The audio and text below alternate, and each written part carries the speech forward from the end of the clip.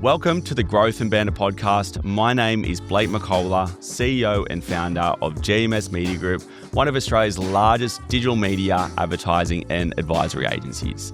This podcast is for anyone looking to learn the insights and strategies of industry leaders and how to build a successful life. Today, I'm joined by Scott O'Neill, BRW Rich Lister and CEO of Rethink Property Group, Australia's largest commercial advocacy agencies. I hope you enjoy.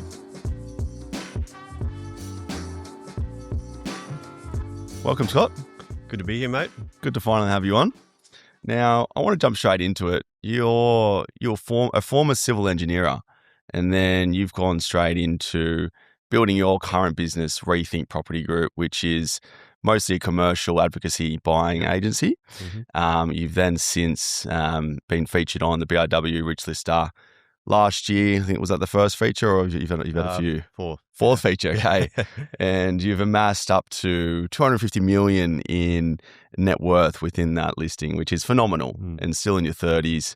We haven't spoken for some time, but we went to school together. And I want to start by just unpacking the story of, I guess, the transition from, your civil engineering experience into building Rethink Property, and why the commercial has been such an important factor to get the business to where it is today.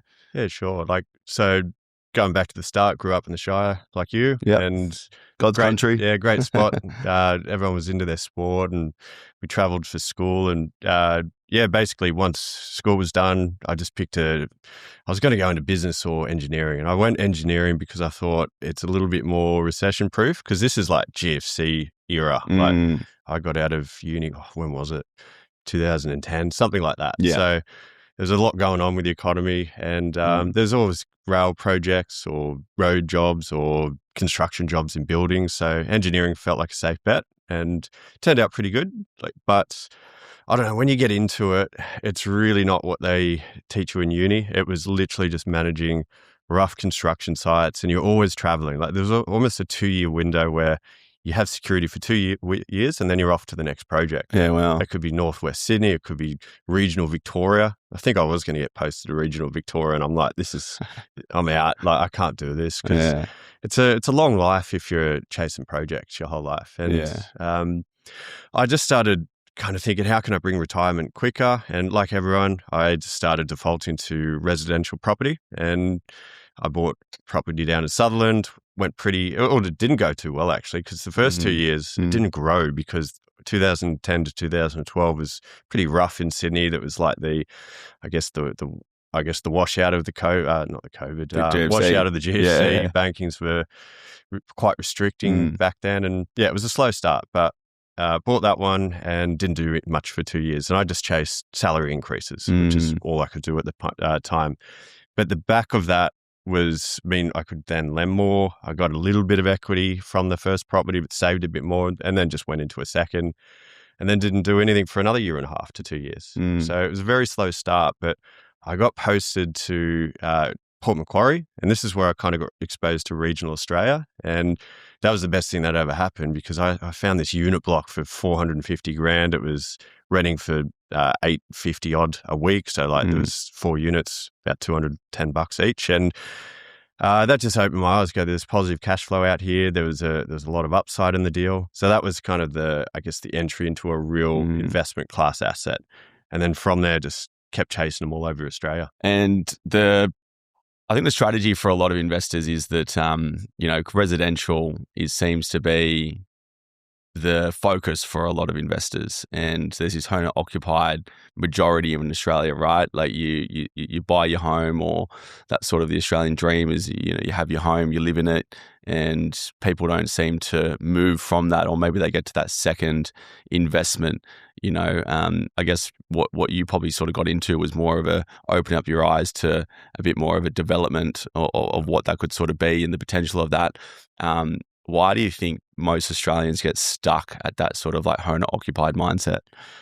Oh, look, it's almost an instinctual thing. Like, we've all got mates who don't even think, they just default to buying whatever house they can afford, normally in their mid-30s or a bit later or earlier, depending on their finances. But I think that everyone wants security. And I think it's a mistake sometimes because they think that renting often is just zero security. And yeah, it can be annoying moving around. Like I've rented half my life and it's not that bad. But I guess the payoff of buying a house really isn't there if you look at the maths. Because if you go load up on multiple $1 million house in Sydney or Melbourne, it may not be your forever home as well. So you're just basically all your mortgage is going into that. It's often 3 times more expensive to actually pay a mortgage versus the rent on this, and maybe even more. Like I've lived in places where it's been 5 times difference. So, these are like upper end units or houses in the eastern suburbs. You can rent them for an absolute fraction of what the mortgage would be. Yeah. So if you're looking at the maths, it doesn't make sense. But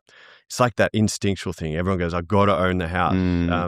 They feel safer, but it's like you're not safer from a financial point of view. Exactly. Paying it off. And think about you don't really own the property. No. Like you don't pay CommBank 3 months in a row. Watch what happens. Yeah. Like you're paying them versus a landlord. It's a funny thing, but like this is the old instinctual thing. It'll never change. It's just how humans are built. For sure. People want a roof over their head and they feel like it's a lot different and they'll pay premium for it. I went the other way. I just went in rentvesting. So I leased for about 10 years before we eventually bought. The only reason I bought a house was because my business did better and I could afford it. Otherwise, I would have been happy renting, upper end rental properties forever and just invested everywhere else because we were creating cash flow positive income and that obviously funds your lifestyle. And it took the whole pressure off. Like literally after engineering, I built up a 200K odd passive income. This is 10 years ago now and I just left the country for 6 months and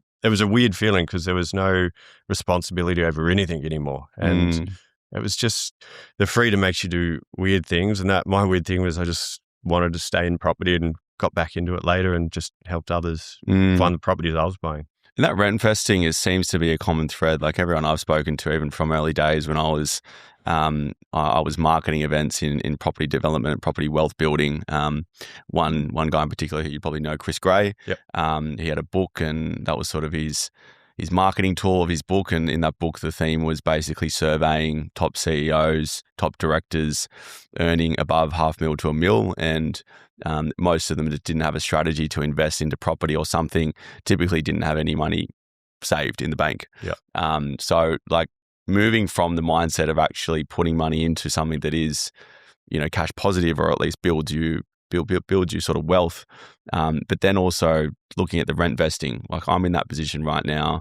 I've had to wait a long time, I think, with a lot of my choices in buying property. Yeah. Bought into Sharkies back in the day when I was like 21 and in hindsight probably could have kept that, but sold that, went into a few more. Now I'm in another one that's just been finished last year, but that took 5 or 6 years to build. So I've sort of gone all those off the plan ones, which has definitely provided great return, but it's taken a long time. Yeah. And I'm not going to go from keep doing that to 10, 20 properties, and building a portfolio.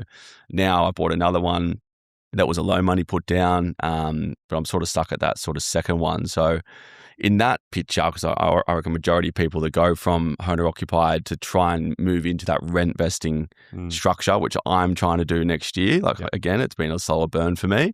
What would be the moves I would have to take, in the position I'm in of having one that I'm living in at the moment, another one that I've just bought that's getting built in a couple of years. I'm sort of thinking like I'm going to have to rent mine out just to rent somewhere in Cronulla to show that my property is an asset, not a liability. Yes. What moves would someone like me have to take? You just need to do anything you can to increase your income. Yeah. So there's obviously your business, salary, rental income. You're turning an owner occ into a rental income is a good thing. You're obviously going to have a liability in the rent from somewhere else, but hopefully it offsets it. But it's just about keeping your equity free. So an option if you wanted to go hard would be you sell any low producing assets. So having a number of units is generally a bad thing long term because you got the strata. You got there is a lower growth rate on units long term. Normally it's about 2 to 3% lower than a freestanding house. But you get a bit of a yield, but that gets offset by the strata as well. So it's just a game of math. How can you pull as much income out of that column and put it in that column so you can show the banks and then you lend off it? And then if whatever you buy, you've got to be very strategic. So you've got to buy higher income ones or even lower values. It's, a lot of people are going around the country buying 600, 700, 800K houses in the likes of Melbourne, Brisbane. It's getting a bit more expensive than that now, but you can just go into the different cycles in the different markets and pick them at their low point. So you wouldn't go, I don't know, like Perth has had an amazing run. Some suburbs did 40% growth in 2 years. So you probably wouldn't go into those, but you find the ones that have been flat for a while where there's value, the neighboring suburbs are worth more. You can get that trickle effect, the growth off that. You just got to play the game. It's like trading shares. It's be very open to areas. And if you can afford it, you go into commercial because that does increase your lending capacity because the rent covers all the outgoings basically. I keep hearing Melbourne is sort of the next hot spot and hasn't had a lot of growth because was a lot of movement away from town, away from the city because of the lockdowns. And it's caused a bit of a flat growth in the market. But lower entry points, right? I think we're sort of conditioned to buy into something we want to live in. Like the emotional decision making is often and something that I've done definitely is, a lot of people buy where they want to live, not what actually produces, a return for them. Like what's like how much you have to detach the emotion from what you do. Completely. Because if you, especially in the Shire, I see a lot of people that grew up in Cronulla and they're defaulting to, I have to buy a house, and they'll go out to Engadine, even though they've never been out there besides driving south through it. Like they're just going to go as far out as they can afford. And they end up buying a subpar house just because the instinct's clicking in, I've got to buy a house. And then they buy it and then they're done. It's a boat anchor. You got the owner rock, and that's what the emotion does. It's fine. It's a different way of life, but you can invest your way into prosperity. And if you just do what everyone else does, buying a house normally, like everyone goes to the upper end of their budget as well. Interest rates are going up as well. So don't forget that. Like they could go up 2 or 3 more times. And then all of a sudden you're never having a holiday again. Like what's your quality of life like if you're just servicing a mortgage?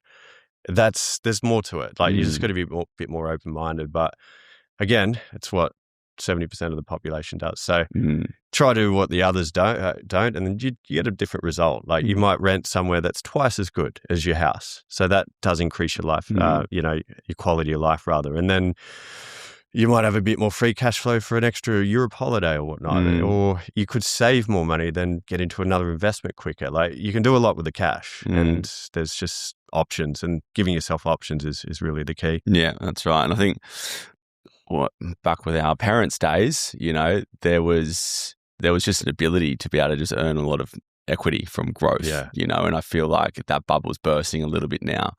Being able to just rely on, my parents, for instance, a lot of their wealth was built through literally buying, living and flipping houses. And, they made some phenomenal decisions in order for them to build wealth. But even looking back on it, I had a conversation with an old man. He's like, I would be worth 4 times more if I had just stayed where I was instead of going through the stress of constantly flipping and putting all your eggs in one basket, essentially. But even that's not a safe strategy now, because the market growth can't continue to grow. I mean, obviously it can in a lot of areas. It still has potential.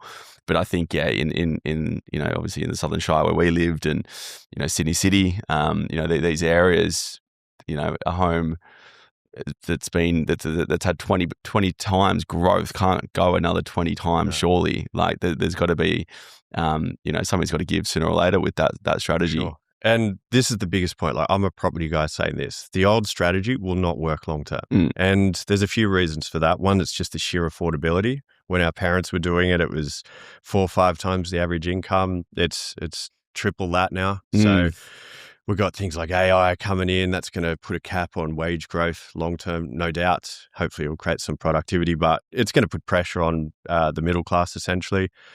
There's political risk. This is the big thing that no one really talks about. There's obviously a budget coming up in the very near future, and they've got capital gains tax discounts on the chopping block, talking about negative gearing. They're talking about how many properties you can negatively gear. Like all this is kind of going the other way of funding investors. And the last 40 years, it's like you think about like one major structural change is way more women entered the workforce. Like we became 2-income households in that time. So that all just ended up going to the banks. So the banks are doing very well out of larger mortgages because there's double the servicing.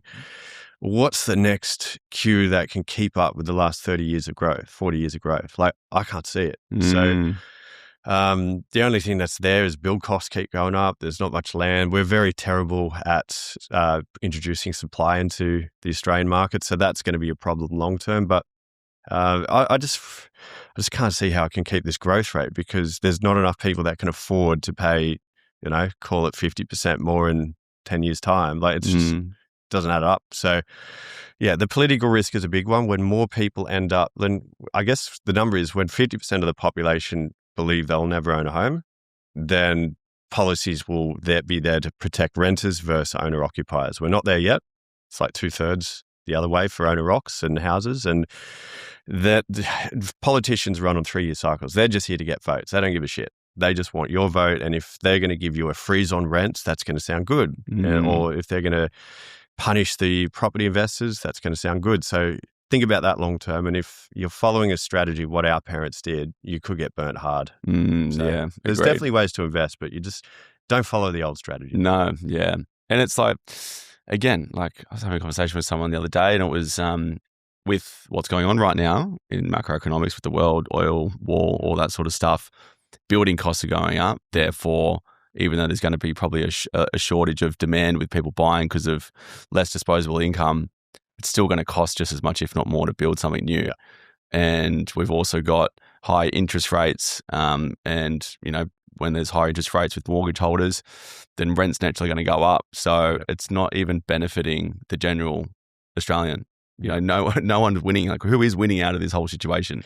Like, what's the government play? Yeah. Well, the only people really winning are the banks. Are the banks, yeah. They're killing it. They're record profits. And every time there's an interest rate play, they're making a margin on the difference for a while. Like, it's, that's Australia. We don't create much value in terms of new business or anything like that, but we've got bloody good banks. Yeah. And that's because we're property people. Like all our spare money goes into property. US, it's a bit more share focused and company focused, startup focused, but yeah, we're a very unproductive country, unfortunately. Yeah. Oh, well, those businesses that do well, though, it makes those businesses stand out if they look at it from a global point of view, because it is a lot harder. And I think that's the one positive is that, we are hardworking when we do get it right, and put that against a business in America that might just have one niche, but the niche is bigger than the Australian population. It's like find a niche in Australia. You're not marketing to many people. Nah. So it makes business fundamentally really tough. And, that's what I see and do it day in, day out is that, that sort of beyond that 10, 20 mil a year point of view in business growth, which is still quite a sizable business, is very tough in Australia. And it's getting harder. You'd probably know like all 100 odd of them only. Because it's a small population in Australia of that level of business. And then you got the ASX stuff on top. But there's really not that many people out there. But they're quite well known as a result. No, 100%. So with everything obviously you've seen as, I guess writing on the wall of what's right and what's wrong, the outdated strategy, obviously a big reason why you got into building Rethink properties. So it's not just yourself building wealth, but being able to educate and pass that back on to your customers. Talk us about what Rethink does. So the high level strategy we like is starting residential. So we're kind of being a bit negative about residential, but that's really just because everyone else in my industry is way too positive and they're just telling you nothing about any downside. It's just like, buy because it's going to end up being great. And, it's all about like, try buy 10 properties in 10 years. There's a lot of that kind of, sales pitch out there. So I'm a believer you start in residential, you don't go to commercial because it costs too much. You need about $400,000 or $500,000 cash or equity to start in commercial. So not many people have that unless it's a big gift. And even if you did get a gift and you got no investment experience, I'd probably say buying a warehouse is a little bit too far up the creek for you. You need to cut your teeth on some residential, deal with a bad tenant, deal with some maintenance issues. Just maybe lower value houses, like stick to houses. I do believe that land will long-term give you better capital growth. You might get a slightly lower yield, but you can make up for that if you go major regional centers or some of the smaller capital cities, and do that 2 or 3 times. Buy 600 grand property, do it every 2 years, something like that. And then after that, just don't keep doing it, because this is what everyone does. And I did it. I ended up buying 19 houses. Yeah, well, before a commercial. And the only reason I stopped is the bank said no more servicing. And I was doing everything I could, including strata subdivisions. I was doing little developments, granny flats. It was just nonstop trying to work equity out of something. And it was better back then. So I wouldn't do it in the current market. I'd go into commercial sooner. Because once I did that, that was a whole new banking system to work with. It was a whole new yield criteria to work with. Like we're talking 6, 7, 8% net returns compared to 5 or 6 gross return. So remember, residential, when everyone says, oh, it's a 5% return, it's not. They're missing half the equation, because you've got to pay your rates, you've got to pay your insurance, there's maintenance, property management. All that comes out of it, you're left with 2.5% net. So you're better off sticking it in the bank from a yield point of view. So you're only there for the growth. Like the mortgages are 5, 6%, probably going up. So it's negatively geared. And, one of the people I know quite well, he's got about 40 odd properties. It's negatively geared about 430 grand. Yeah, wow. And he's got it a year. I'm just thinking, mate, what are you doing? Like, aren't you stressed that where does that money come from? It must be he's got a business. Bit of income come through. Yeah. So our 3 most common clients are medical professionals. This is for commercial, so your high net worth medical professionals, because they're specialists. They've got big incomes and they've saved a lot of money. Normally they buy the house first and then they just refinance out of the house 15 years later, got enough for a big commercial. But the other ones are business owners as well, because they're producing income. And it's like the good thing about like the way we invest, it's like building a business. It's like, if you came to me and said, I've got, I don't know, 500 grand, I go, all right, we can turn that into a 30, 40 grand passive income plus growth on top of that. Get 3 or 4 of those, you can potentially retire. It's not as hard as you think. And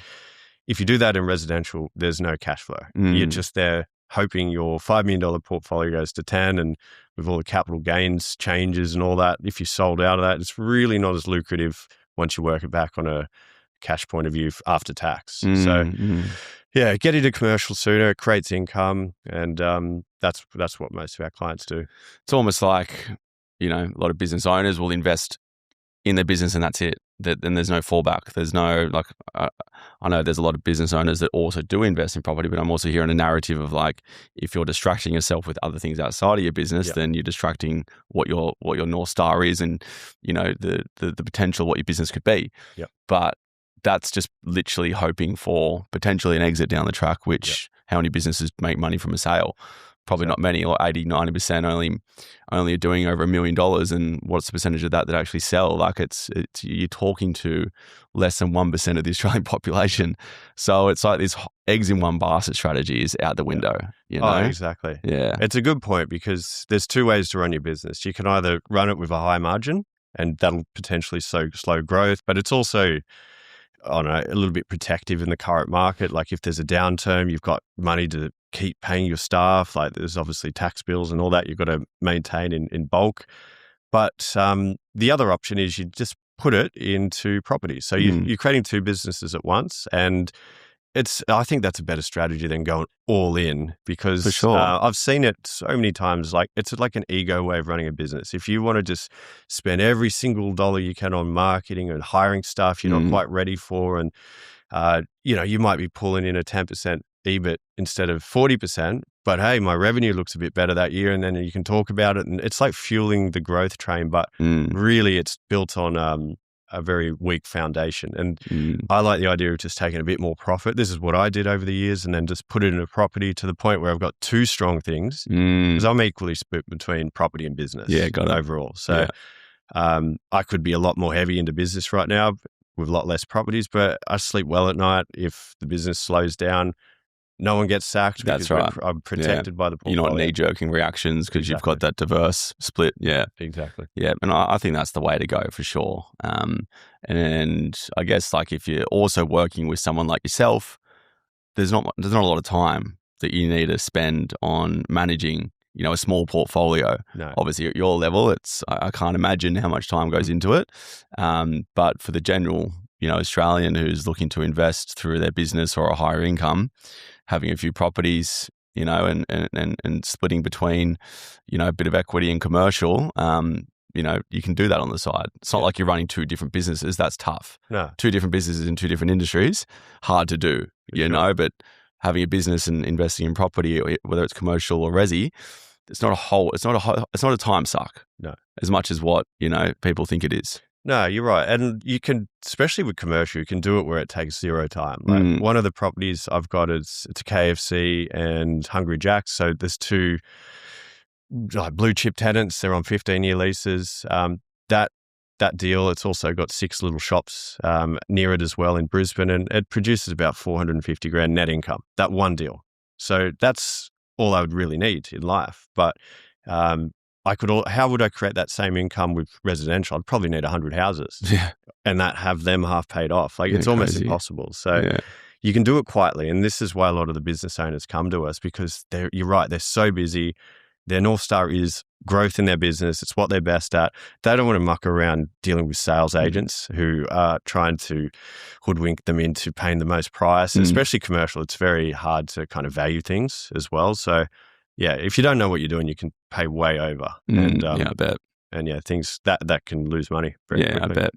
So what's a typical customer look like for you? Like, is it maybe getting into the market? Is it getting from that second or third, or is it just high net worth? Yep. What is a typical person that you help? It's a good question because it's such a variety. Like, to give an idea of numbers, we do about 800 commercial purchases per year. Wow. So that's a lot per month. Yeah. It's about 61% of the entire buyer's agent market for commercial. So we've got the majority. Almost a monopoly. I think we got in at the right time, like when residential buyers agents started maxing out. Like when I first started, there was 25 of us in the country. There was a few sort of people that have been around since the early 2000s, a couple of the eastern suburbs, people selling luxury homes, but really not many people in the investment space. But there's been a lot of buyers agent courses and stuff like that since then. So that 25 turned into about 8,000.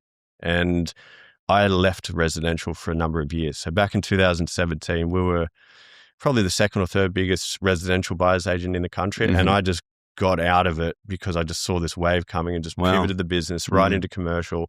I went backwards in terms of revenue for 2 years, so lost money doing it, but I just thought long-term it's a better product. We're now going back into residential just because the entry-level price point is getting so high for commercial, so we can at least help them strategically get to commercial, because it's not right for everyone. I like the option to say, look, you don't buy commercial because you're not ready, you need more money or you need more experience or whatever.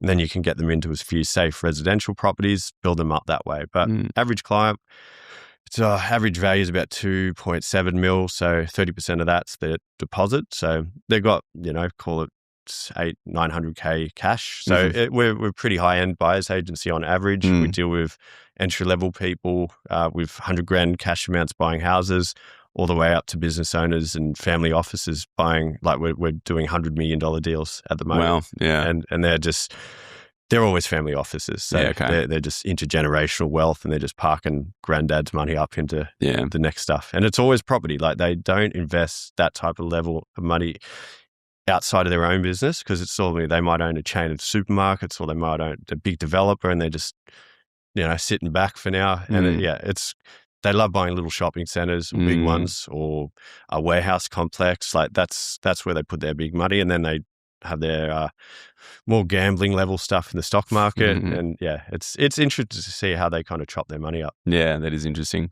And when we think of commercial, like sometimes I always think of like, okay, cool, corporate offices and that. Obviously, that's not the case.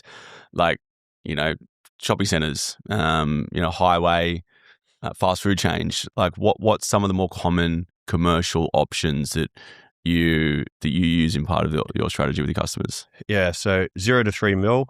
It's a lot of warehouses. Yeah. So that's obviously booming from e-commerce, just continually gaining strength. COVID pushed a lot of strength in there. We've seen rapid rental growth. Like it's been the darling of the commercial market for the last decade. interestingly, over the last 40 years, office is still the best. Yeah, right. Even though office in the last decade has been terrible. And because I would have thought bad, because like we looked for a new office last year, and it took us about a year and a half to find the right one. Yeah. And most of them that we're looking at had just been departed from businesses getting bought out or moving and just leaving all their furniture. We took a while to just make the decision and find the right one. And some of the ones that we kept looking at even a year later were still vacant the whole time. It's like when you're buying something like that and you got no tenancy, like what's the risk there as well? And this is the thing, office is in a lot of stress. So like the worst fragment of any property market in Australia right now is the Melbourne secondary market. It's like 40% vacant in some areas. So they're basically redundant buildings. You've got really two choices: convert it into some quasi-residential or boarding house type arrangement or student accommodation, or knock it down and build A-grade. A-grade office is going quite strong around the country. You would have noticed when you're looking, the best offices, they're still filled, but the ones that are, I don't know, 30 years, like no one's going to rent them. No, the older ones that needed work, they're finished. So like you've got a choice: either sell it at 50% below its replacement cost in some cases. So some people are now justifying that. But the rental market's a risk. So you wouldn't touch that market. But what's going strong is, again, like the industrial market, because there's just so much strength moving there. The owner occupiers are loving buying. Like one of the strongest markets down where you live, Tarrant Point. Like you don't see much vacancy there. Yeah, right. That's large format retail, a lot of it. That's another great asset class. If you can buy like a super cheap auto or a pet barn or, you know, those types of beacon lighting type stores, they're just backed by ASX listed tenants. They're long leases. They've got frontage. They're like a warehouse. Costs a lot to build these things. The land is expensive because you're on high traffic areas. If you end up owning one of those, you'll get great capital growth, solid rental, limited vacancy long term. So we love those ones. Neighborhood shopping centers are the other great one at the moment. Like they're smaller. So this is like an IGA or a Foodworks. And then you've got a dentist, a Pizza Hut, like 5 little businesses off it. So how it works is, you might see the supermarket renting for, I don't know, $250, $300 a square meter. And then the smaller businesses are $600 or $450. Like they're a lot more. And you make the money on the smaller tenants because they're paying a higher per cap ratio on the rent. And is that because they're more of a risky tenant? It's that, and economies of scale work against them. So they just have to pay more. There's probably more expensive fit outs as well, because especially if there's like a kitchen in there, there's a bit more going on. But again, my first commercial property was a KFC, not a KFC. It was a fish and chip shop and a little supermarket in Perth. And they're still there 10 years later. And that fish and chip shop has been in operation for 40 years. Wow. So it just shows even the small tenants can last. Like you know, we all know the local cafe where we live. It's probably changed brands a few times because business owners burn out. But it's still a cafe, and there's still someone who's enthusiastic about giving it a go, and they'll run it for 5 years and then run themselves into the ground, and then the next people start. Or it just changes into a restaurant. Like there's always an option. If it's in a good area, a commercial property should lease out nearly 100% of the time. Sometimes the market works against you. The best way I can explain, I guess, vacancies in commercial is it's concentrated.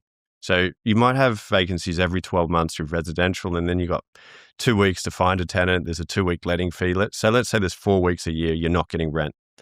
Commercial, it might be 1 vacancy every 10 years, but you might get 6 months of vacancy. So if you add the residential up 10 years times 4, that's 40 weeks vacancy. So it's kind of similar vacancy, but it's scary if it comes in all at once and you got no buffers in place. So that's where everyone gets fearful of commercial, because they just think it's always a long vacancy. It is, but it's all in one go. That's the difference. Yeah, and it's like it's the unsexy parts of that portfolio that's interesting. And my chairman and business advisor, we've just done a sort of a JV and expanded our services from purely working with SMEs to combining a bunch of suppliers we work with to make it a full sort of service. And that's birthed our second agency, Casper. And that's the reason why we moved into that office last year, to basically pitch for bigger businesses. And the strategy for those bigger businesses is in going tier 1, sort of McDonald's and, big sort of multinationals that need 20 people in one account, even though that's something that we will aspire towards. But for now, it's going after the unsexy businesses, because they're the ones that have so much potential online, versus the complicated, confusing businesses. Yeah. And it's like what you said then, it's not going after the beautiful, sexy sort of style of commercial fronts. It's looking at the ones that just have more security. Yeah. Exactly. And you can pay a premium for a brand. Like the most common case in commercials, probably fast food. So you see people paying 3% net yields for like a KFC in regional Australia, or the Guzmans of the world. Like they're going for massive premiums. And it's softening now because the world's realizing that you still shouldn't just overpay for it just because of a brand, because it's you need a return on your money. So, like the KFC in Hungry Jack's I bought, I got that at like a near 6% return. But you're seeing people pay 3%. So that's double the value. So I paid about 10 mil for that. Imagine paid 20 for it. That's a lot of money I've just thrown away down the drain just for security. Yeah, absolutely. Now with your sort of split between running the business and your portfolio, the business is obviously growing a lot. I think you're about to open up. Is it where have your new office is going to be in Bondi, was it? Yeah. On the corner there? Yeah. Yeah, great build. That's a new building as well? Yeah. So when's that happening? That was a funny one too, because it was vacant for 4 years. It was owned by Centre Group, which is Westfields. And they did not want to sell it to anyone because they wanted control over the tenancy, because they didn't want a competing retail business. Because it's right across from the entrance of Westfield, right? Yeah, so right next to Zara. And it's just funny like how it all works. Like the guy that owns that, Frank Lowy, multi-billionaire, so he doesn't care about a small vacancy. So he kept his team were like, no, you can rent this, and I was like, no, I don't want to rent it because I've got to spend millions on a fit out.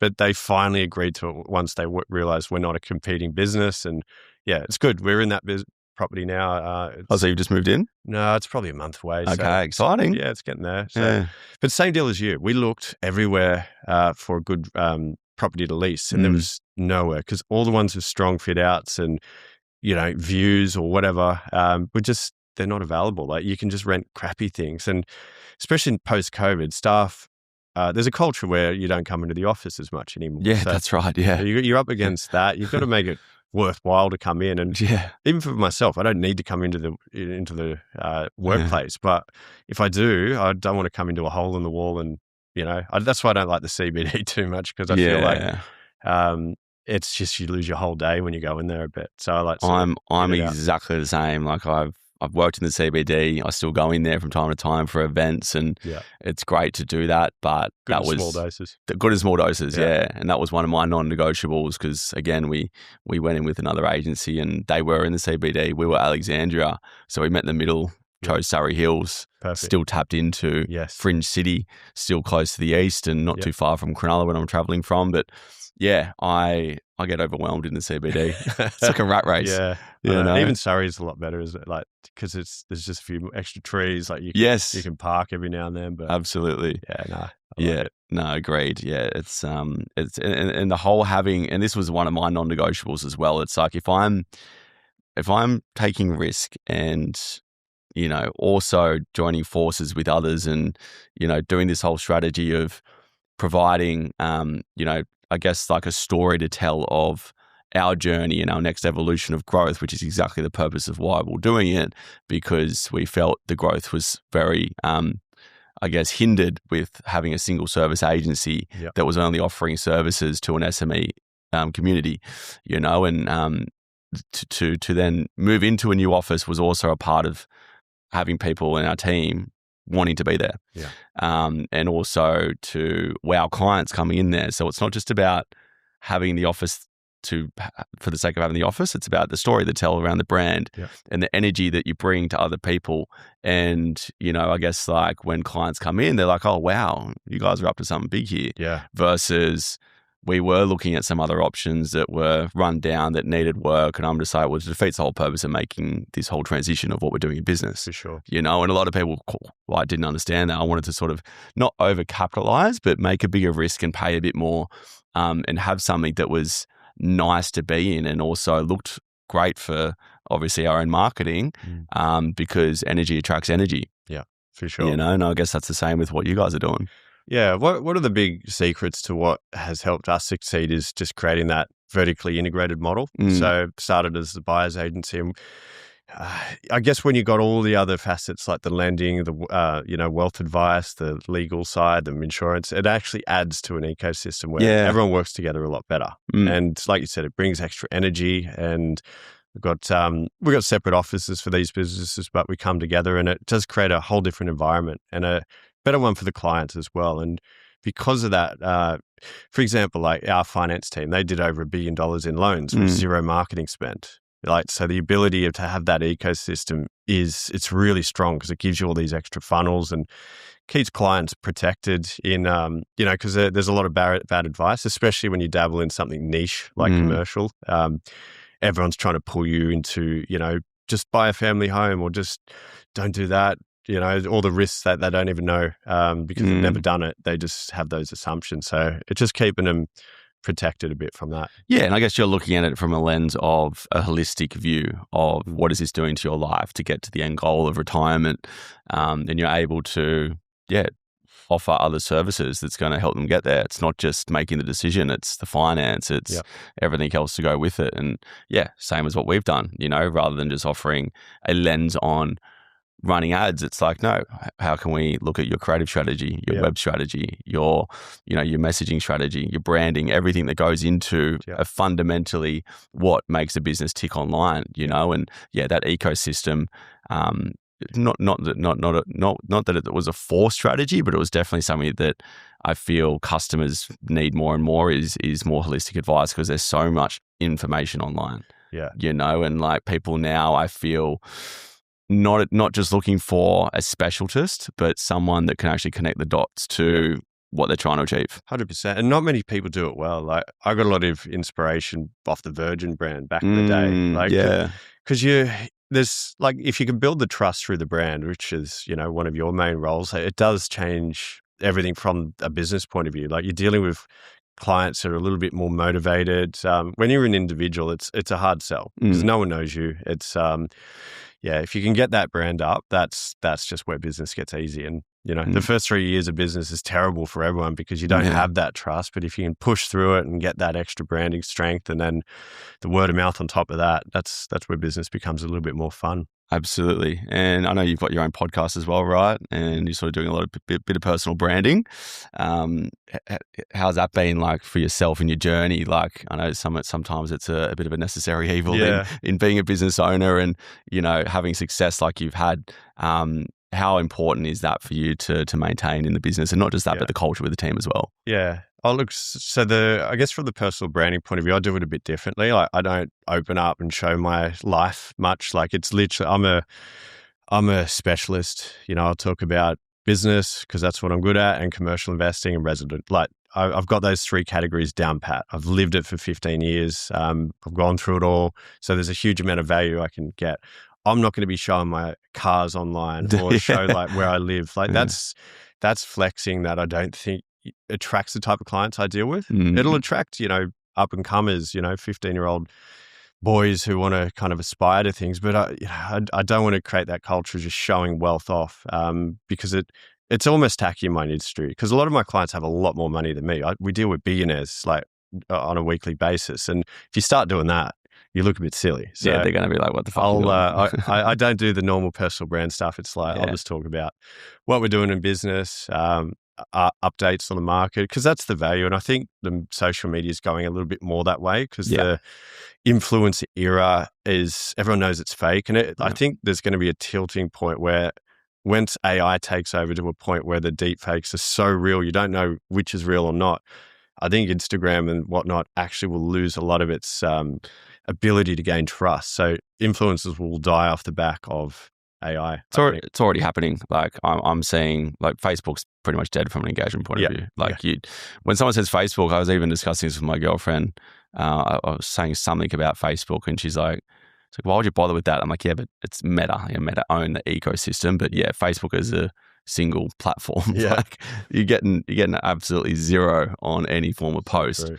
But it was good 10 years ago, though. Wasn't it? Yeah. The algorithm just got stuffed. Yeah, it did. And even from an advertising point of view, like, that's also shifting, which means that that's the last part of their monetization of the platform. Once that goes, then it'll be interesting to see what happens. But I've even shot, educational videos sitting right there in the studio, and a bit of the bottom of the video was blurred out just for aesthetics, and so people were posting going, "Oh, that's AI." Like everyone's just commenting on AI because my hands, they couldn't quite see my hands because it was a bit blurred at the bottom of the video. So it's not AI, but they're thinking that I'm AI. So people are just like, they don't even know if something's real, if that is actually real. It's not just the AI part of it. It's like there is confusion on what's real and what's not. Well, I got called out the other day for using the word upside, which I've used since day one. Apparently upside is one of those words that AI or ChatGPT picks up more regularly now. Yeah, right. So it's like even the words you say, they think it's ChatGPT. So it'll be interesting. The next 5 years, will video content have the same, I guess, impact as it does? I don't know. It's hard to say where it's going. And again, this is why we've made the moves to diversify everything we do. Because, literally 10 years ago when I started GMS, it was literally just selling Facebook ads essentially. Yeah. Imagine if I stayed doing that, or even just, ads in general. It's like, the way to reach customers these days is so multifaceted. It's not funny, and makes our job more important because it's fucking way harder. Yeah. The output to get the result today from just a general online campaign is 10 times harder and more work, So it's like, it's interesting to see where it's going to go. TikTok, organically, great. TikTok shop, influencing, all that jazz, that's great. But just a lot of people are still just so not interested in being on TikTok. What's the main thing you're seeing working at the moment? Main thing from an engagement point of view. Yeah, it's literally having just an omni-channel approach to it. So we used to just sort of look at it from a siloed lens of, let's just make sure that the ads work and that's it. Don't worry about the website, don't worry about the brand so much. Ads work so well on Facebook before even they bought Instagram, before Instagram was even an ad platform, that you just use stock imagery, had nothing to do with the brand aesthetics and guidelines whatsoever. You would be getting leads, and so long as there was justification on the result of the campaign, brand was neglected, website was neglected, and everything else was neglected. It was just that. But now I've seen this shift, and this is again why we've diversified, is because it's gone back to brand development. Okay. It's gone back to making sure that everything that a customer engages with you has that same common thread of the message and the look and feel, so people can gain the trust, because people are doing more research. It's like the touch points back then was maybe less than 10. Now they're probably over 20 or 30. Wow. Yeah. So it's being able to share the same message in the same formats visually across multiple platforms. And that's not just from an online point of view. That's also, again, having an office potentially. It's doing activations. It's going out and communicating to your customers. If you're a product, street activations took off after COVID because everyone missed that whole humanized approach. And the blend between, again, even a product or a local cafe, it's just having the combination between online and store, and almost using the store for a purpose of marketing. So it's not just one thing. It's hard to answer that from a one thing point of view. It's everything. Oh. and having that unified strategy, right? Another thing now is you've got, particularly in the big business, we're working with some, billion-dollar multinational companies now, and the amount of different agencies they use. They've got creative agency, they've got traditional buying agency, they've got branding agency, they've got an ad agency. So it's becoming almost unsustainable for them to hire all these single service agencies. So it's drawing that back into one unified strategy. So it's the need for a CMO or the need for someone that can just drive the whole strategy, I think, is becoming the thing. How do we pull it all together? It's almost it went so wide that now it's coming back to how do we make it all work? And maybe that's the new thing. Maybe there will just be one app that we use. In China, it's WeChat. It's one app and everything happens through that one app. It's social media, it's Uber Eats, it's everything goes into that one app. So maybe that's the future. Well, it sounds less risky. The fact you got every aspect as well. Even our leads, we get probably half from podcasts. But the rest is just a bit of everything, a bit of Google, a bit of Meta, a bit of like word of mouth's pretty huge on top of that. Yeah, that's right. It's everything. So there's nothing really you can pump at one point. It's like you just got to do the awareness than the direct stuff. And I think you just got to be like less strict or less emotional with like where is that lead coming from, because it's quite hard to attribute that, particularly with privacy and the cookieless world that shifted, a few years ago on Apple's privacy sort of rollout. Is that you sort of just have to understand that customers are going to be looking at multiple different areas, and podcasting is another one as well, obviously, it's just, it's doing more, but not doing so much that, you get so just distracted by it. Because there's too many platforms out there almost. I know. And if you're not good at creating content, then just don't do it. Like, have a different strategy that works for you. And that's probably, just streamlining approaches. Now let's talk about culture, because with obviously your new office, I'm sure there's probably going to be an emphasis of making sure people come in and they want to come in. Like, how do you create the vibe in the office? It's an interesting one because we're based all over Australia and New Zealand. A lot of them are working from their spare bedrooms. A lot of them are, they're from Townsville to Perth to Auckland to Christchurch, like everywhere. And we've got a concentration of people in Sydney and Brisbane a lot, and, Melbourne as well. But we work quite well by just doing the online present stuff. Like, we're doing a lot of meetings. But we're going to try change that, because I do find there's a difference between the staff in the office and the ones that never come in. And it's the culture difference. There's just a little bit more buy-in. They feel connected to a team. They become very good friends. Like, a lot of the people in the office, they're hanging out on the weekend. Like, there's all sorts of connections there, and that's good. Because when you're out on your own, you can kind of feel like people are working against you if you're not seeing it, because you just focus on, that person didn't get back to me in time, or like it's a little bit of a negative vibe. I'm overstating it, but you can feel it. So we're still going to do flexible work, only because that's what I want to do. Like, I love the idea of 3 days in, 2 days off. I can't get my head around people who like 5 days away from the office. Like, I get it. There's people that are massive introverts and don't like people, but it's like, someone said this analogy, like, if you don't go into the office, it's like you've never gone to the gym before. You go in, the first time you go into the gym, it's going to suck. It's going to be foreign. Everything's foreign, like new, and like, I don't know, you're not going to enjoy it. The second time you go, it's a little bit better. Third time, a little bit better. Same with the office. If you never go in and you go in, you're going to say, oh, look, everyone was talking to me, I didn't get work done. There's always an excuse. You've got to push through that, because otherwise you're going to you spend your whole life in your spare bedroom, and, that's a strange way. I don't believe in the 5 day a week thing, and especially we're talking about the city, like the idea of going in there like a corporate drone every day, that doesn't feel like living either. So something in between those extremes. Yeah. I'm the same. We do 4 days, and Mondays at home, and we used to do Friday. We flipped it around just to be a bit more cultural with the team. And I totally agree. It's just the 5 days a week, 9 to 5. If you don't have to do it, it's not sustainable, even just from like a getting there point of view. And I think hopefully we don't see more of a push towards that with what's going on right now with saving fucking petrol, which they seem to be pushing that narrative. But the hybrid structure, the blend between the two. You got to think like long term in Australia, how it'll end up though. Like, because I don't know if you go to the beach on a weekday ever, but it's packed. If it's sunny, like it's a Tuesday morning, it's 25 degrees. It's just full of people from the age of 20 to 40. And you're like, what the fuck do they do for work? Like, they're not all business owners and cruisers. Like, they're having a break, a very long break. But productivity is a big problem in this country. And we all work against it in our businesses. And one of my main jobs is every time I hire, I want to do it's a business case. It's the equation. Does this staff produce more?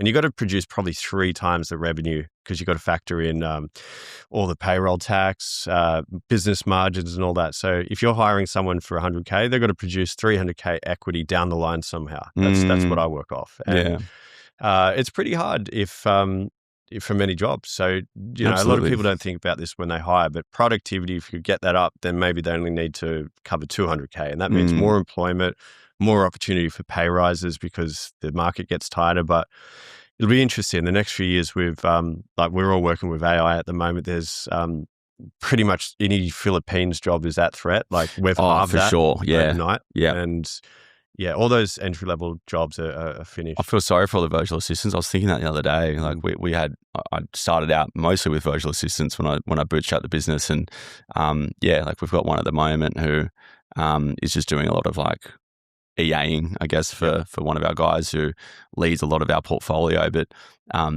that's like they're going to struggle to find work. Yeah, because like they're not even that cheap anymore as well. No, because you have to use a recruiter to typically place them. If you're working with a lot of them, hard to find them direct. And if you do find them direct, they might just not show up one day. Yeah, exactly. So the bottom heavy roles, execution roles, button pusher roles, administrator roles, like that's going to get wiped out, and it already is. Yeah, I know. It's scary times.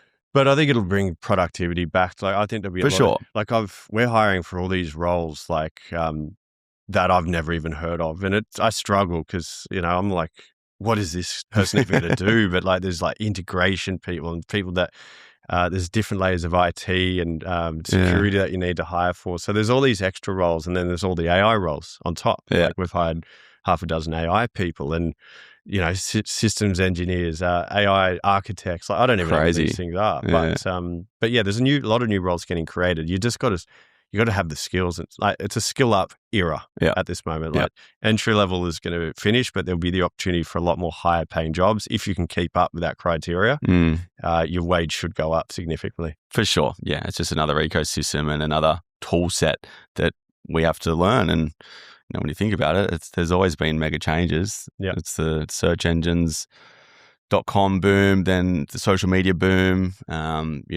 Tech boom. Yeah. Now we've got AI boom. There's always been some form of boom, but sure. This is definitely going to be something that will change everything. It's not just a sort of one single boom. It's really going to shape what we do financially, business wise, day to day wise. But it's exciting. Like it's easy to doom and gloom it, but opportunities are endless with it. Yeah, agreed. I know we're running out of time, but I want to ask a couple of questions, change the narrative a little bit, in terms of your mentorship or who you look to for advice, whether it's over the years or now or moving forward. Hypothetically, dead or alive, if you could have 5 people on your board of directors, it's like a kitchen shelf, who would they be? Doesn't have to be 5. Yeah. Well, it's a strange one because one of my, I guess, regrets in business is I've never had a mentor. Wow. Okay. I've tried a couple of them and I felt like they were just telling stuff I already knew in business and you're paying them every time you catch up. So yeah, I've missed the boat on that one. I've just winged it the whole time, but maybe that's the strategy, winging it, because it seems to have worked out. Yeah, I just maybe like naturally I understand business because for me it feels like common sense. I go like, if I'm going to hire that person, I know I need to cover that. Like I don't need someone to tell me how to balance the sheets. That I've got that down pat. In terms of the risk point of view, I've got a high risk threshold in terms of calculated risk at least. But I guess it's someone that would probably just have done a lot more. Like I've always looked up to Warren Buffett just because he's inside and long-term investing. Kind of, it's a bit of and then he's built a massive business. He's got the world record for the most donations on earth. Like, he's just an all-around like king in business, and he's made money in every single asset class as well. So probably him. I don't know. I like the business model Branson had. Just with how he built a brand. He uses personal branding a lot more than I ever would, and stunts, and before it was really an influencer thing. So he was a trailblazer back in the day. He didn't go on as far as a lot of other billionaires in that space as well. So, is that a good thing or a bad thing? But he lives his life on an island, so that's pretty cool. But yeah, outside that, I don't really like. There's no. I don't think there's no standouts in Australia. Go, oh yeah, I want that guy to teach. Yeah, I don't know. I guess it's just taking little things from everyone that you've seen, over the years. Yeah, not just having one person. Which I think, again, if you do have, I'm in the same boat. Like having just the one person that you look to all the time. Like it's you're going to have one lens of view compared to everyone else who's done different things in their life. Yeah. If you had a magic wand, could change one thing or solve one thing in the world, what would it be? Sold or solve? Solve. Oh, good question. I think something to do with the fear that I feel like everyone has about uncertainty, because that's something I have never had. Maybe I'm the eternal optimist, but I think it's a real big skill in life, not just from a success point of view, but from a pure happiness point of view. Like, I have this attitude, like, whatever happens, happens. Right. I was even thinking the other day, like, I was in the surf and I was thinking, oh, look, it felt a bit sharky. And I was thinking, oh yeah, what if the shark bit me? I was in South River, it was murky. And I was like, all right, well, I'd just go to the hospital. I'm sure they'll put a peg leg on me and I'll still get around. Like, I was just thinking, Oh, wow. but just like, life wasn't over, even though it fucking sucked. But I saw you at the wave pool as well. Yeah, the other day. Yeah. No, it's good fun out there. Yeah. Yeah, but I don't know, just having that positive outlook of whatever happens, happens. Because you look at the news and it's just the world's over every single night. Seriously. And people hold back making decisions based on things that I would view as a 1 out of 10 risk to them. But I'm dealing with 8 out of 10 risks every day. And I think that's the strength I've had. And if more people had that, there'd be, I think the world would be almost a happier place for them personally, because, stress less. There's too much stressing, and it's all based on the uncertainty, overstating risks. That's why a lot of people don't start businesses. That's why a lot of people don't invest, or even like take on services like yourself, like spend, because they're worried about, holding back for a rainy day that may never come. Like, it's just all of that. Yeah, no, I definitely have caught myself overthinking and stressing and doom and glooming and going down rabbit holes lately with everything going on. And I've just had to pull myself out of it because I could actually see it was negatively affecting my life, my stress levels, tension in my body, holding on to things, like it's a thing. It's a cycle. And you go into lack of sleep, and then your health, and then everything goes down. You exercise less, you work less efficiently. But it's the majority of people. For sure. It's not hard to it's very hard to get past that. Yeah, absolutely. Yeah. So stress less and stop watching the news. Yeah. I was considering getting rid of my TV. Yeah. Because even just without watching the news, just fucking spending time on watching Netflix and shit, it's just such a time suck. Yeah. And it's just like, obviously I need to be on top of economic affairs. Of course, yeah. But like, you watch the Channel 9 or 7 news at 6 p.m. and it is just junk. And then like, they're just showing someone got stabbed out west. And then like, it's just the same cycle every time. And you get more negative. And again, you're focusing on risks, and there's a lot of good stuff happening every day. But it's hard to relate to it if you're not seeing it. Well, rage baiting pays the bills in media. That's sure. Fear is one of the biggest emotional marketing successes that a lot of brands use, and that's just the unfortunate way that's how they tap into the human psychology. Yeah, exactly. Very good. Well, we'll leave it at that because I know, we've got to finish up. But mate, awesome chatting. Congrats on all your success. Hope the new office goes well. And looking forward to seeing what the rest of the journey holds for you. Thanks, Blake. Appreciate it, mate. Cheers, mate.